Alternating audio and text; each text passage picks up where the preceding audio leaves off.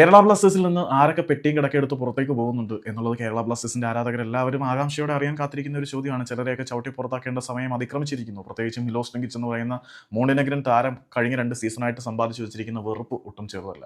പിന്നെ Kwame Pepre നല്ല commitment ഉണ്ടെങ്കിൽ പോലും ക്വാളിറ്റി ഇത്തിരി കുറവായതുകൊണ്ട് പുള്ളിയും പുറത്തേക്ക് പോകണം എന്ന് ആഗ്രഹിക്കുന്നവരുണ്ട്. നോസദയുടെ കാര്യത്തിലായാലും അഡ്രിയൻ ലൂണയുടെ കാര്യത്തിലായാലും പിന്നെ നമ്മുടെ ഹെസസ് ജിമിനസിന്റെ കാര്യത്തിലായാലും പലർക്കും മിക്സഡ് ആയിട്ടുള്ള അഭിപ്രായങ്ങൾ തന്നെയാണ്. നമ്മൾ ഓരോരുത്തരുടെയും അഭിപ്രായത്തിലേക്കൊന്നും കയറി നോക്കുന്നില്ല.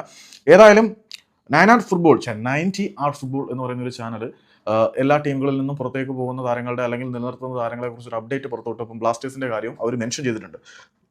അവർ പറയുന്നത് കേരള ബ്ലാസ്റ്റേഴ്സിൽ അഡ്രിയാൻ ലൂണയുടെ കാര്യവും ഹെസസ് ജിമിനസിന്റെ കാര്യവും 50-50 പോസിബിലിറ്റി ആണ് എന്നാണ് പറയുന്നത്. നോവാസ് ഉദയെ സംബന്ധിച്ചിടത്തോളം നോവാസ് ഉദയെ കേരള ബ്ലാസ്റ്റേഴ്സിൽ നിന്നും സ്വന്തമാക്കാൻ മറ്റ് ക്ലബ്ബുകളുടെ ഭാഗത്തു നിന്നും അന്വേഷണം വരുന്നുണ്ട് എന്ന് 90 ആർ ഫുട്ബോൾ റിപ്പോർട്ട് ചെയ്തിട്ടുണ്ട്. പക്ഷേ നോവ അദ്ദേഹത്തിന്റെ അവസാനത്തെ അഭിമുഖത്തിലും അടുത്ത സീസണിലും കേരള ബ്ലാസ്റ്റേഴ്സിനോടൊപ്പം തുടരും എന്നുള്ള സൂചനയാണ് നൽകിയത്. പിന്നെ മിലോസ് ടെങ്കിച്ചു, ഖമി പെപ്രെ എന്നിവർ പോകും എന്ന് പറയുന്നുണ്ട്. സന്തോഷം, അതിനകത്ത് പ്രത്യേകിച്ചൊന്നുമില്ല. പെപ്രെ നല്ല കമ്മിറ്റ്മെന്റ് ഉള്ള പ്ലെയർ ആണ്. ചിലപ്പം ആരെങ്കിലും രാഗി മിനുസപ്പെടുത്തി നല്ല മൂർച്ചയുള്ള ആയുധമാക്കി ഉപയോഗിക്കും.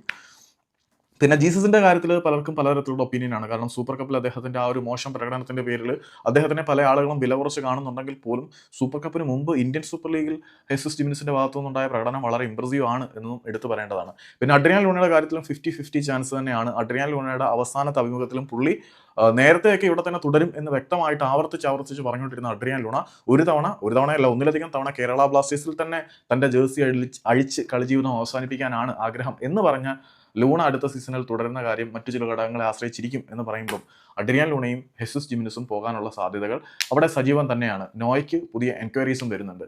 പിന്നെ മിലോസും പെപ്രയും പോകും. പിന്നെ ഡിസൻ ലഗറ്ററുടെ കാര്യമൊന്നും നമ്മൾ പറയുന്നില്ല, അവർ പറഞ്ഞിട്ടില്ല. സോ ഇതാണ് 90 ഫുട്ബോൾ കേരള ബ്ലാസ്റ്റേഴ്സിന്റെ ഫോറിൻ ട്രാൻസ്ഫർ അല്ലെങ്കിൽ ഡിപ്പാർച്ചറിനെ കുറിച്ച് നൽകിയിരിക്കുന്ന പോസ്റ്റിലുള്ള കാര്യങ്ങൾ.